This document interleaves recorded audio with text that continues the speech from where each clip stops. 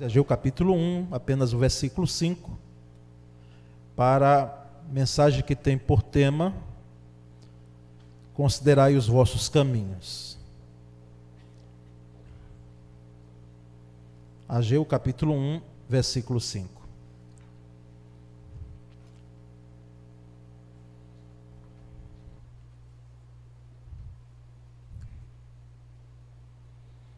Ageu capítulo 1, versículo 5. Ageu era daqueles tipos de livro que, quando tínhamos a chamada esgrima bíblica, nos embaixadores do rei e mensageiras, para encontrar dava um trabalhozinho. Que ele é um livro dos profetas menores, que nós chamamos, e só aqueles mais experts, rápidos em abrir, conseguiam. Hoje, com a internet, irmãos, a gente nota, não sei o caso de vocês, que parece que a gente vai cada vez mais deixando o papel, né?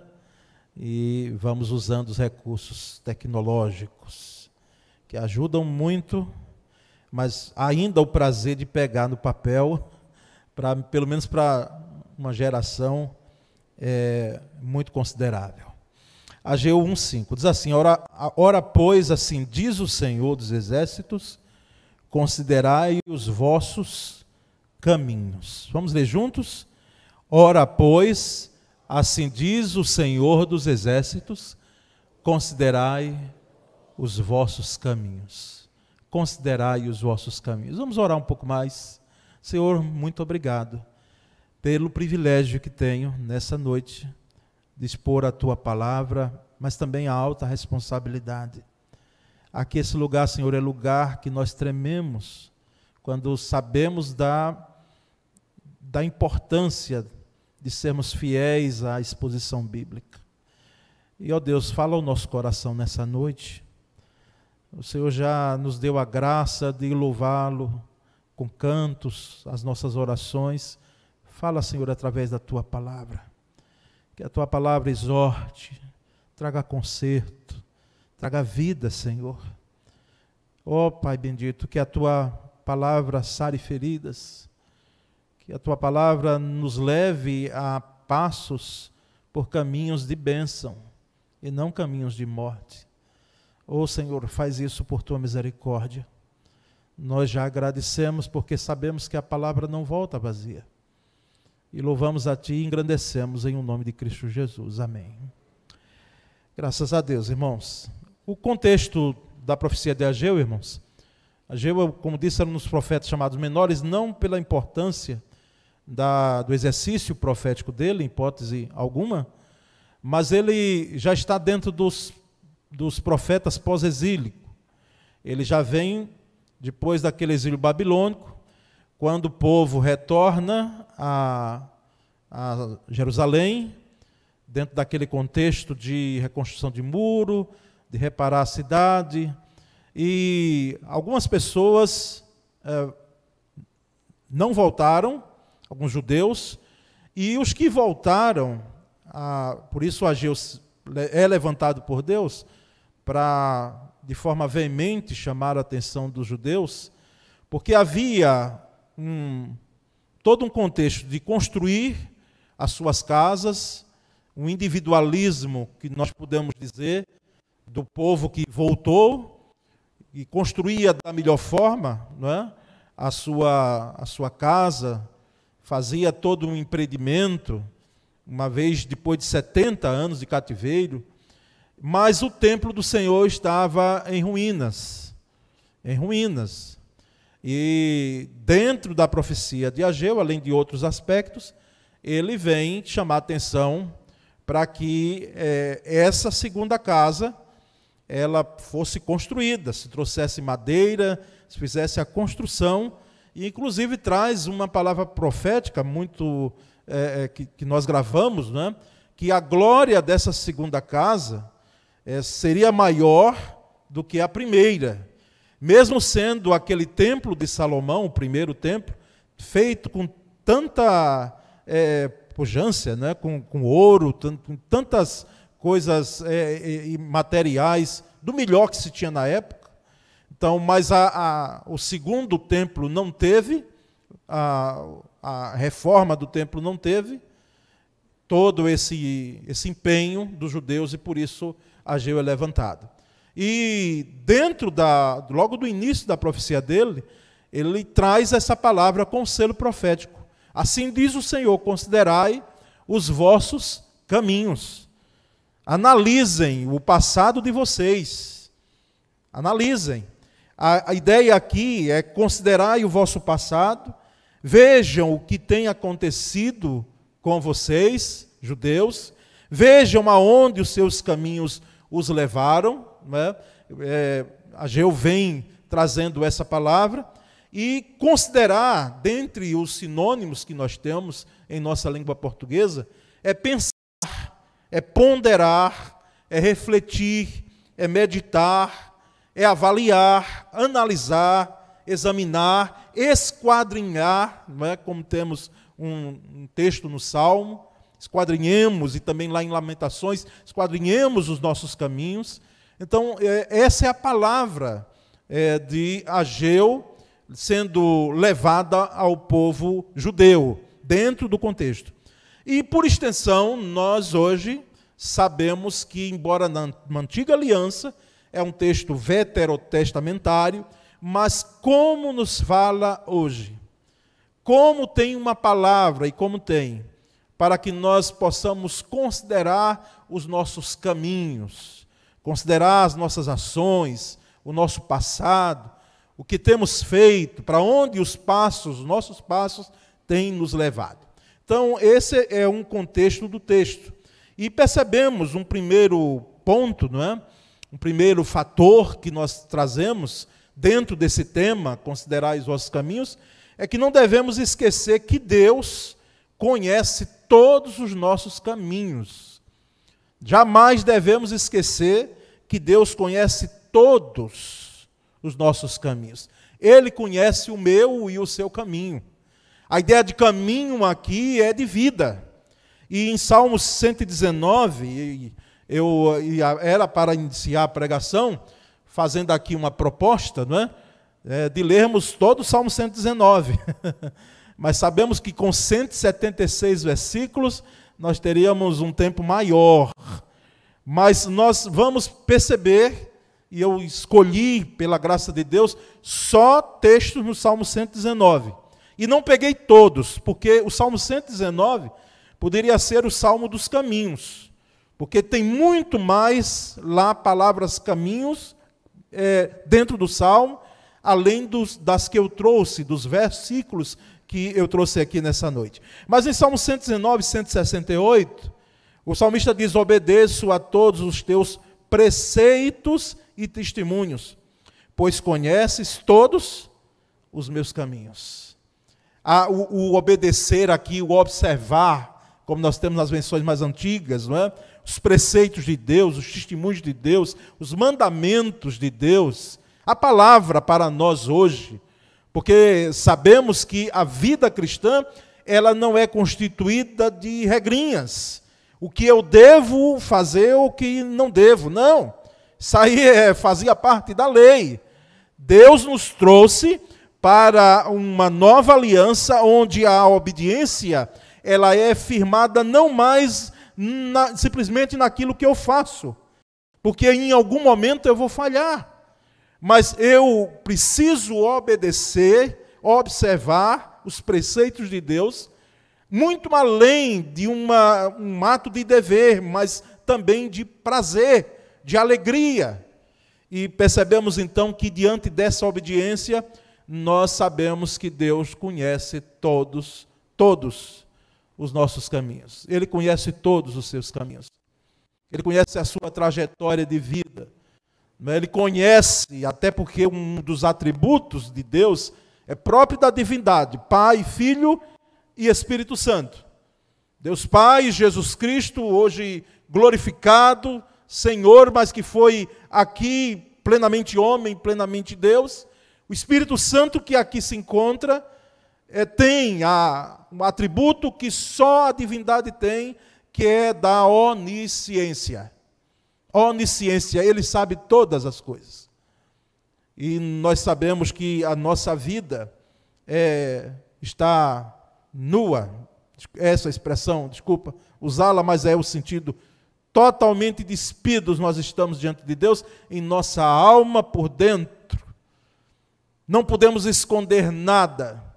Engano nosso se pensar que podemos esconder alguma coisa de Deus, porque Ele conhece a nossa vida muito mais do que nós pensamos. Então, jamais devemos esquecer que Deus conhece todos os nossos caminhos e Ele sabe aonde nós temos ido.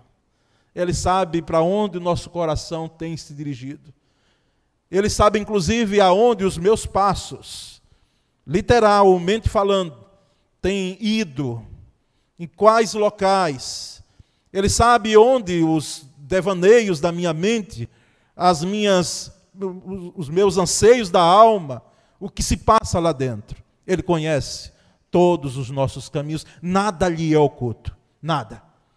E percebemos então um segundo fator, dentro desse tema, considerai os vossos caminhos, é que não devemos hesitar em escolher o caminho da verdade. Não hesite em escolher o caminho da verdade, porque existe o caminho, lamentavelmente, da falsidade, do engano, da mentira. E em Salmo 119, versículo 30, o salmista diz: escolhi o caminho da verdade, decidi viver de acordo com os teus estatutos. O caminho da verdade.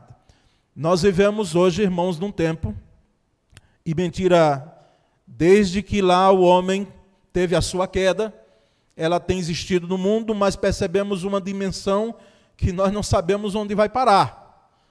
Porque até hoje, informações que se chegam a nós não sabemos se é verídica. Nos grupos sociais de WhatsApp, vez por outra, alguém está postando um negócio que é inverídico. Aí vai-se lá e alguém coloca e diz: não, isso aí não é verdade, não ocorreu dessa forma. Porque nós hoje estamos vivendo muito além. Isso é apenas uma restezinha do que tem ocorrido de um mundo cercado de engano, de mentira, de falsidade.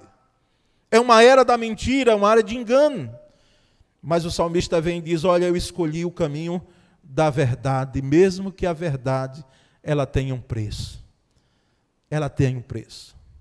Porque muitas vezes a verdade, nós queremos fazer com que algo até absurdo, que não conseguimos tapar muitas vezes, como alguém queira tapar o sol com uma peneira. É melhor o caminho da verdade. Ele é o caminho da saúde. Por mais doloroso às vezes que seja, é melhor falar a verdade. É impressionante quando alguém toma o caminho da mentira, é como se fosse entrando num fosso, e vai, cada dia vai descendo, e tendo que se criar uma história inverídica, mentirosa, e quando se descobre, se tem um escândalo grande, de proporção que atinge não apenas a pessoa, que foi o objeto da mentira, o autor da mentira, mas também outras pessoas que estão ali próximo, que atinge a igreja, às vezes atinge a família, atinge o casamento, atinge os filhos. E nós percebemos então que é melhor escolher, é uma questão de escolha, é uma questão de decisão. O salmista diz: decidi, eu decidi viver de acordo com os teus estatutos e os estatutos de Deus. As coisas de Deus são verdadeiras, elas não são mentirosas. Então, jamais devemos evitar ou hesitar em escolher o caminho da verdade. Fale a verdade. Nessa trajetória pastoral, e vocês sabem muito bem, temos percebido, às vezes, irmãos nossos, tentando pegar o caminho, e alguns pegam mesmo, o caminho da mentira. O caminho da mentira. E tem se mentido, se encobre às vezes anos a fio.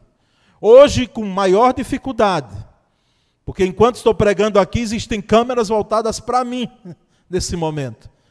Por isso que hoje, quando você entra em muitos locais, é logo lhe avisado, você está sendo filmado. Mas nós sabemos que, nem por isso, a mentira, ela tem deixado de lado. Mas nós devemos, você deve, escolher o caminho da verdade. É o caminho de saúde.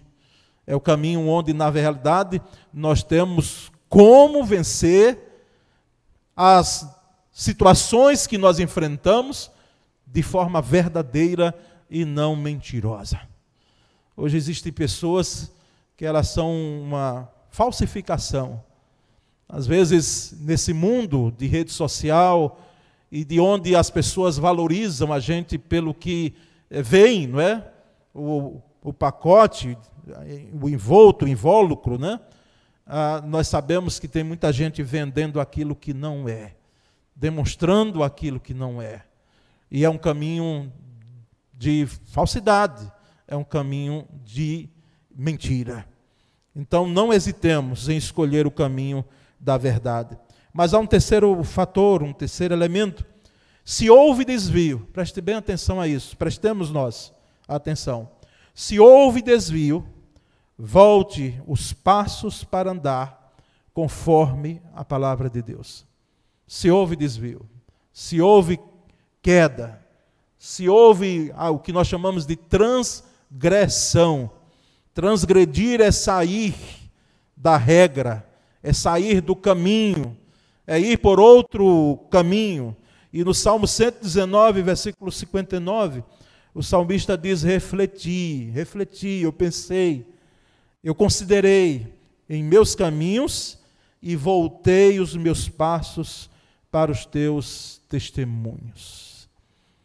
É preciso ponderar se houve desvio, se houve transgressão, porque ela ocorre conosco, se nós não nos policiarmos, ela ocorre em nosso coração quando acordamos, como tomamos pé, às vezes, de uma situação, o nosso coração está nos enganando, está nos envolvendo. Por isso que alguns irmãos já sabem que quando saem daqui para passar um tempo considerável fora, às vezes estudando, trabalhando, recebem uma mensagem minha. Faço questão de dizer, sem pedir desculpa, dizendo: olha, meu querido irmão e irmã, pondere as questões do seu coração, guarde o seu coração, peça a Deus que ponha um guarda no seu coração. Uma vez que você está distante da sua família, você está distante da sua esposa, se casado for, você está distante da igreja, mas os olhos do Senhor estão sobre os seus caminhos. Então, pondere isso. É possível que alguém, e você sabe disso, é possível que alguém aqui nessa noite esteja indo por caminhos de transgressão, indo por caminhos que não são os caminhos da verdade, não são os caminhos do Senhor. E às vezes a gente ouve, né, algumas desculpas, eu diria esfarrapadas, sem fundamento, chegando-se até a querer argumentar com ninguém é de ferro, a carne é fraca, não é?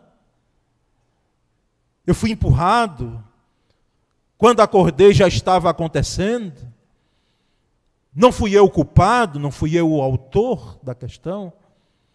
Nós sabemos que tudo isso é desculpa esfarrapada. Mas se você nessa noite está aqui neste lugar, essa palavra é para você.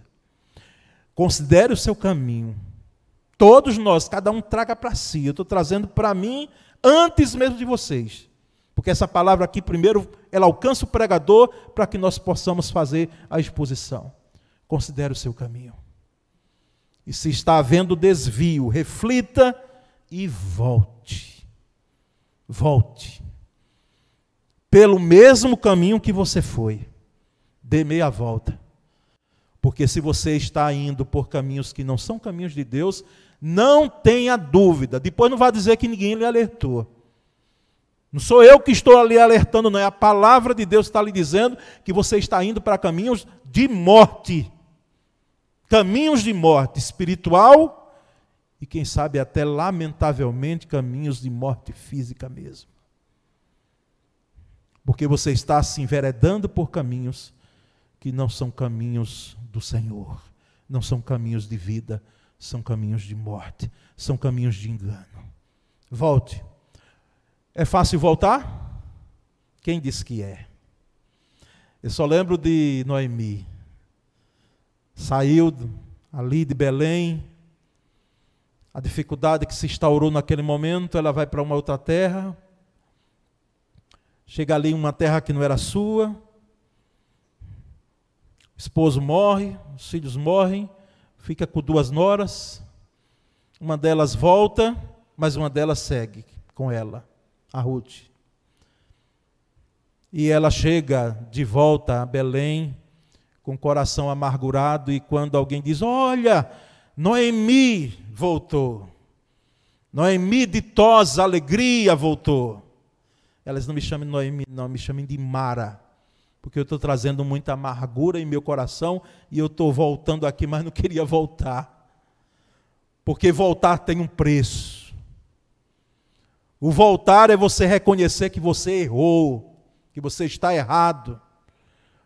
O retroceder é preciso quando nós entendemos que os caminhos que estamos trilhando são caminhos que levam à morte. Então é preciso voltar. E voltei os meus passos para os teus testemunhos, para os teus caminhos. Voltei os meus passos. Meu irmão, minha irmã, Igreja do Senhor aqui, voltemos os nossos passos para os testemunhos do Senhor. E quando a gente fala isso, deve abrir um pouco mais o leque em relação ao que nós chamamos de evangelicalismo, a igreja brasileira. Os irmãos têm notado que passos nós estamos dando? Os irmãos têm notado que misticismo às vezes tem se instaurado? Os irmãos têm notado os escândalos que têm surgido no meio evangélico, com líderes. E quanto maior o líder, de maior exposição, maior o escândalo. E a gente não deve ficar com raiva da imprensa, porque ela pode exagerar, mas ela está fazendo o papel dela. Porque, como Jesus disse, ai, por meio de quem vem o escândalo, vem a queda, sempre trazendo dano. Nós precisamos ponderar hoje os nossos caminhos e voltar para um compromisso maior com a palavra, um compromisso maior com o reino de Deus. Quem sabe tem muita gente voltando-se para si mesma, como o povo judeu que voltou do cativeiro e olhando apenas para o que é seu. Quando a casa de Deus, eu digo casa de Deus aqui, o reino de Deus, carente de ceifeiros para a seara do Senhor. Se houve desvio, volte os passos para andar conforme, alinhado à palavra de Deus. E aí nós vamos para um outro fator. Em meio à escuridão, ilumine os passos com a palavra de Deus. Está escuro? A situação está escura, e escuridão é um negócio, só aquele que tem a habilidade, que não tem a vista, não é? Que ele se sai bem na escuridão, porque não necessita de claridade. Como eu tinha um cunhado, o Robson, que já não está mais entre nós, e que era indiferente ter luz ou não no local. Mas para nós, que diferença faz, irmãos? Está escuro, a situação está escura.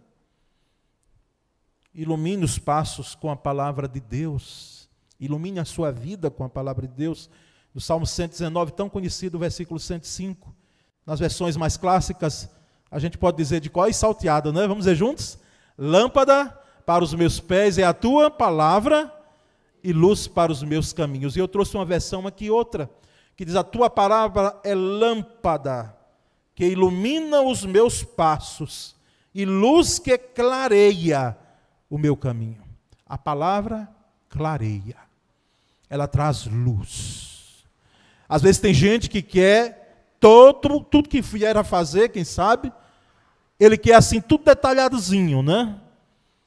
Que se tenha uma rota, como se a palavra fosse um livro místico.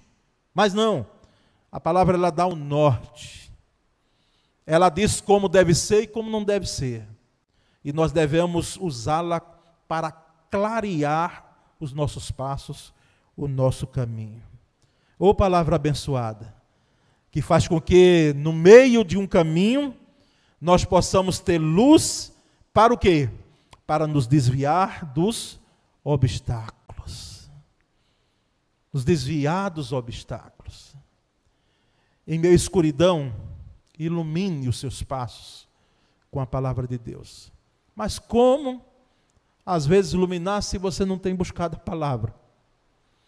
Se a palavra tem sido apenas quando dá para um tempo para observar, para ler, para ouvir, como nós vamos ter claridade?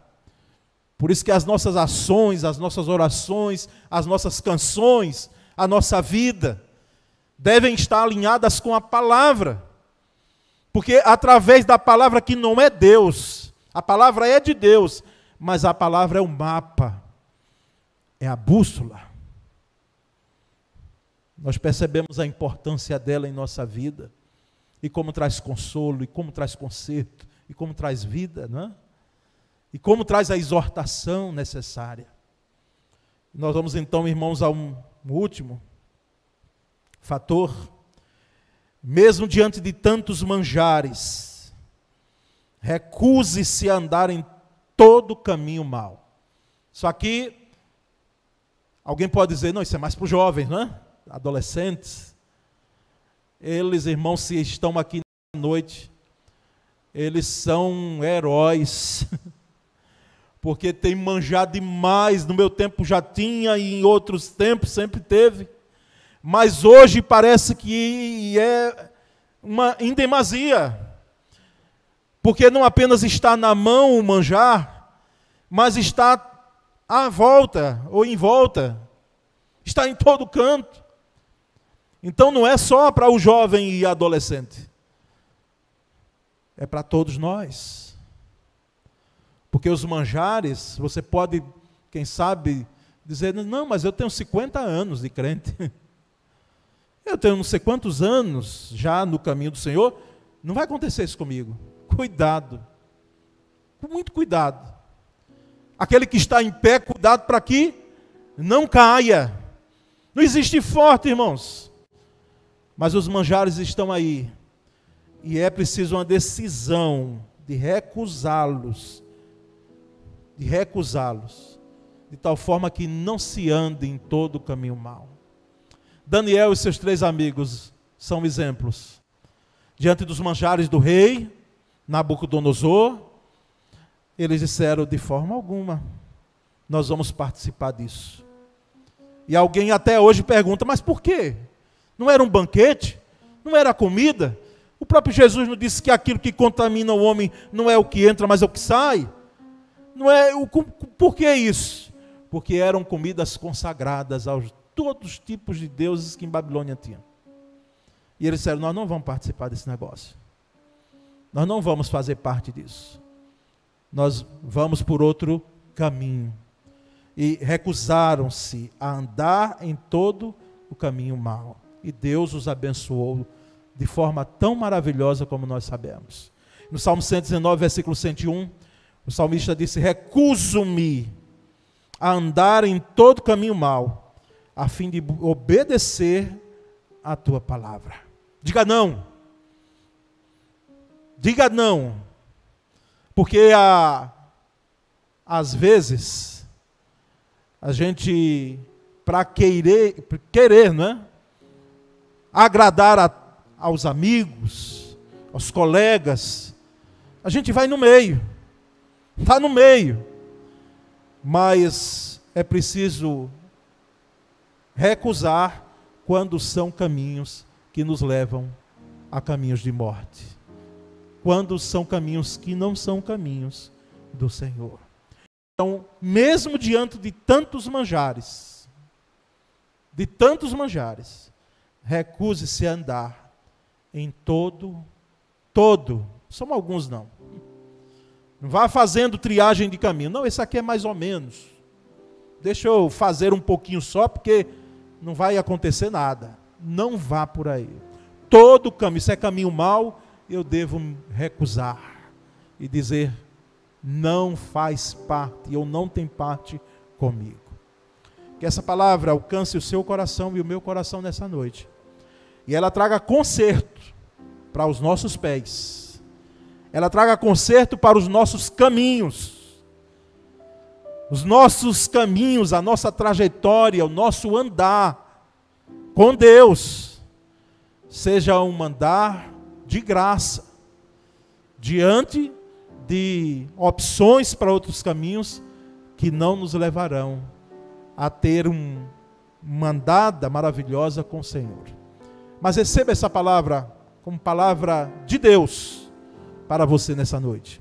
3 caminhos possíveis e que são realidade.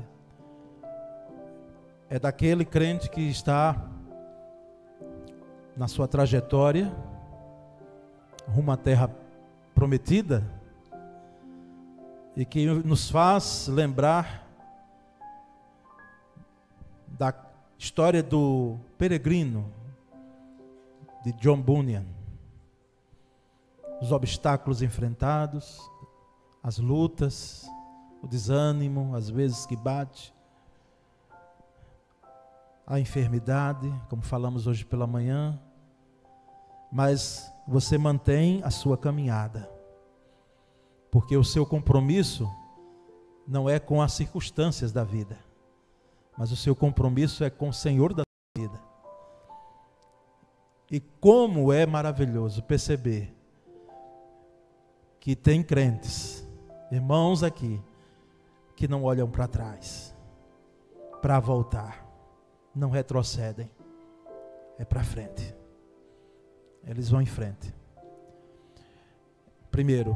Segundo, quem sabe alguns aqui precisam dar meia volta, porque você pegou um caminho, você transgrediu, você se desviou, quem sabe até sendo membro da igreja, mas os seus passos estão sendo conduzidos a seu coração, a sua vida, por caminhos que não são os caminhos de Deus. E você precisa voltar para o seu próprio bem. Para que você volte, é preciso que aconteça arrependimento. Você dizer, eu errei, eu pequei, e quero voltar agora. Não deixa, não marca, não, deixa daqui para o ano que vem, faz. Faz hoje, faz agora aqui. E só você é que tem condições de tomar essa decisão. E dizer, eu estou voltando hoje. Eu estou retrocedendo hoje. Quem sabe, ninguém sabe o que tem acontecido, mas Deus sabe. E você sabe. Talvez você não saiba a dimensão do perigo que você está correndo. Então volte hoje, dê meia volta. Voltei os meus passos para os teus juízos, para os teus estatutos, Senhor, porque a tua lei é o meu prazer. Não existe alegria fora de Deus, não existe alegria longe de Cristo. A alegria verdadeira é estar com o Senhor, que é a nossa razão de alegria, é a nossa alegria, como diz um dos nossos hinos de corais. Segundo caminho. Terceiro, é possível que alguém aqui ainda não pegou o caminho da vida. O caminho da vida que é Cristo. Você sabe sobre Cristo, conhece Cristo, quem sabe até você faz orações. Você tem uma vida, como Jesus olhando para alguém e disse, não está longe do reino de Deus não. Mas falta o quê? Falta entrar no caminho. Você está esperando o quê? Está esperando quem? Para você pegar o caminho que é Cristo. De forma tão clara ele deixou lá um dos conceitos maravilhosos que nós temos de Jesus. Eu sou o caminho. Eu sou o caminho. Então nessa noite, pegue esse caminho, que é caminho de vida abundante. Não é um caminho florido, como se tem tentado pintar e não. Mas é um caminho de vida eterna. É uma decisão de vida eterna. A nossa oração como igreja, e eu só posso ir até aqui como pregador, é que ocorra isso nessa noite. Senhor, faz com que os teus servos continuem sendo animados pelo teu Espírito a continuarem a caminhada rumo a Canaã celestial, porque o nosso passaporte já está garantido. Faz com que, Senhor, passos sejam dados de meia volta para o caminho da verdade, e faz com que nessa noite aqui gente passe pelo caminho que é Cristo. É o seu caso? Nós estaremos à disposição na semana, tá certo? Nós estaremos aqui, nós temos o contato, e nós queremos, se isso está ocorrendo com você nessa noite, retorno, novo nascimento em Cristo, o caminho que é Cristo, fale conosco após o culto. Que tenhamos uma semana cheia da misericórdia e da graça de Deus. E esquadrinhemos os nossos caminhos. Não esqueça isso. Esquadrinhemos, consideremos os nossos caminhos. Consideremos os nossos caminhos. Com a bênção, estamos encerrando o culto dessa noite, oração e bênção. Senhor, nessa noite, nós te pedimos, ó Pai bendito, que essa palavra não seja mais uma mensagem que recebemos, porque nós não somos consumidores de mensagens. Ó Deus, cada mensagem tem a sua história e ela tem o seu propósito, o seu objetivo. E cremos plenamente de que essa palavra alcançou o seu endereço. Ela foi direto aonde o Senhor que colocou em meu coração para que pudesse explanar lá nessa noite. Ó Senhor, que ela traga vida, que ela traga saúde ao crente, à igreja. Ela traga, Senhor, vitória, ela traga conserto. Ó Pai bendito, muito obrigado, porque a tua palavra é a verdade. Obrigado por tão grande amor. Obrigado, Senhor, por tão grande graça que faz com que nós possamos ser objetos do teu amor e dessa misericórdia e graça. Ó Senhor, nós te pedimos por uma semana agora, quando percebemos que chegamos quase que ao meio deste ano. Ó Senhor, tantas inquietações às vezes nos corações e na nação. Pedimos a tua paz sobre nós. Ó Deus bendito, faz com que, Senhor, possamos ter uma semana na dependência do Senhor, e que o amor de Deus o Pai, e a graça de Jesus o Filho, e a doce e poderosa comunhão do Espírito Santo sejam conosco hoje aqui reunidos, e para sempre podemos dizer amém.